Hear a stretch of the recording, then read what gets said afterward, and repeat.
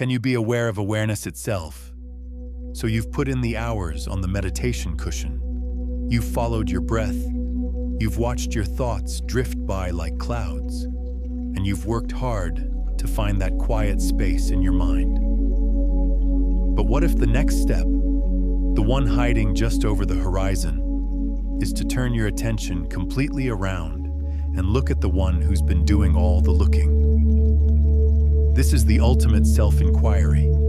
It's a path that points toward pure, unfiltered awareness, but it also kind of threatens to dissolve the very you that's doing the seeking.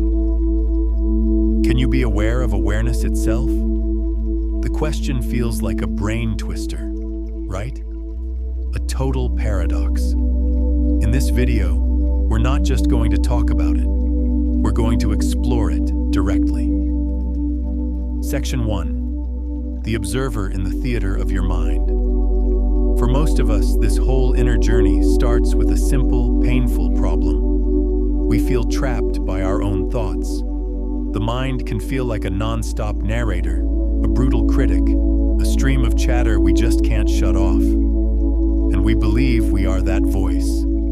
That deep identification is the source of so much of our stress and suffering. Meditation gives you the first real taste of freedom. It creates a little bit of space between you and your thoughts. You learn to step back and just watch them. This is the birth of what some call observer consciousness. Instead of being consumed by a storm of rage, you start to notice, there's that feeling of anger arising. You see defensiveness, sadness, or a fleeting moment of joy, all just passing through your field of perception. You realize, maybe for the first time, I'm not my anger. I'm the one noticing the anger. And that shift, it's life-altering. It gives you the space to respond to life with a bit more wisdom instead of just reacting out of habit. It's the difference between being a character swept up in the drama on stage and being an audience member watching the play unfold. But then, a new question starts to bubble up. At first it's quiet, but then it gets more insistent. If I am the one watching my thoughts, who or what is this watcher?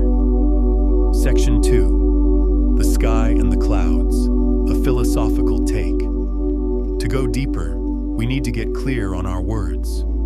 In everyday life, we toss awareness and consciousness around like they're the same thing. But in many traditions of inner exploration, they point to two different ideas. Consciousness, as we usually experience it, is always consciousness of something. You're conscious of the sound of my voice. You're conscious of the feeling of the chair you're sitting on. It always needs an object. Awareness, in this view, is more fundamental. It's the background, the silent stage where all of that consciousness of something happens. Think of it this way. Your thoughts, feelings, and sensations are like clouds drifting through the sky. Consciousness is the act of noticing a specific cloud. But awareness is the sky itself.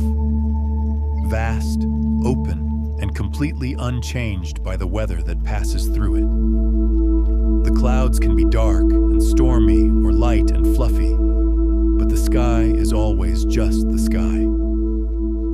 One philosophical tradition, Advaita Vedanta, even calls it primordial, the original state that is beginningless and without change.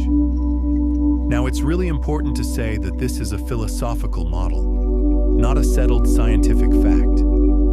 The science of consciousness is a field buzzing with debate, and researchers are exploring many different theories about how awareness and the brain are related.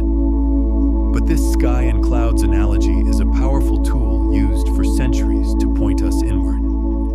The invitation here is to stop being so fascinated by the movie and to get curious about the screen it's all playing on. Section 3. The paradox of looking for the looker. And this is where things get tricky.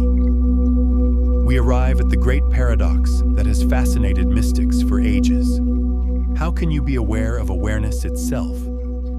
The moment you try, you hit a wall. Anything you can perceive, no matter how subtle, is by definition an object of your perception. You can be aware of a thought, a feeling, a memory. But the one who is aware, the ultimate subject, can't be turned into an object. It's like trying to see your own eyes with your own eyes. You can't do it. You can see their reflection in a mirror, but you can never see them directly because you are the seeing. It's like a fingertip trying to touch itself. Your mind, which loves to solve problems and find neat answers, hates this. It wants to grab awareness, put it in a jar, and slap a label on it. But awareness isn't an object to be understood. In this view, it's the very light of understanding itself. So is this just a dead end? A philosophical party trick? Not at all. The paradox isn't a wall, it's a doorway. The question isn't meant to be answered by the thinking mind.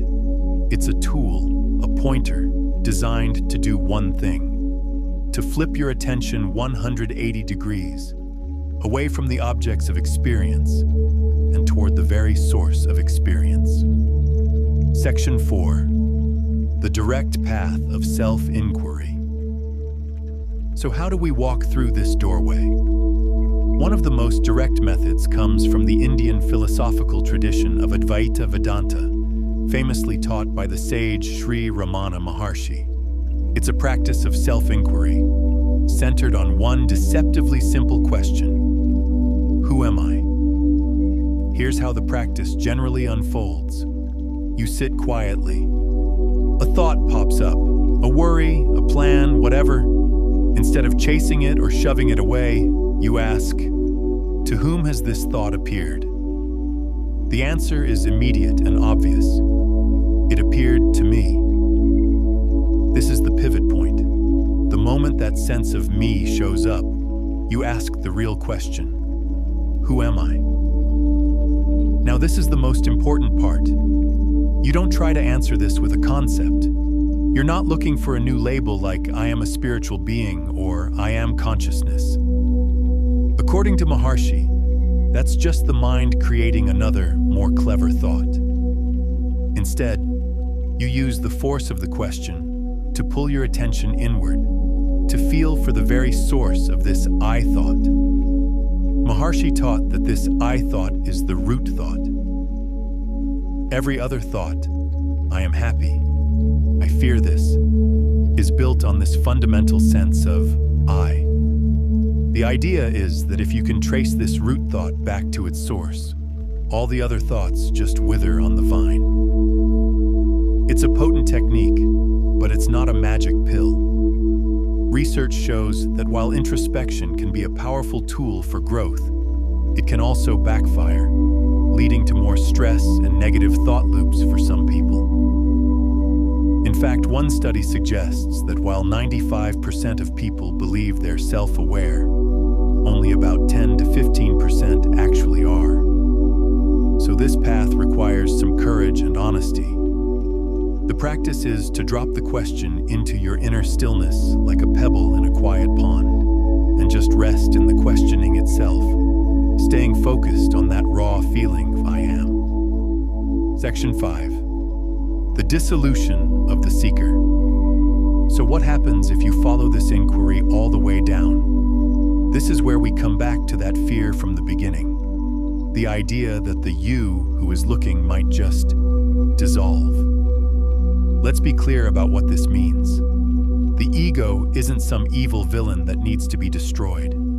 From this perspective, the ego is just a bundle of habits, a collection of thoughts, beliefs, and memories that make up the story of me. Self-inquiry isn't about waging war on that story. It's about seeing it for what it is, just a story. It's a case of mistaken identity.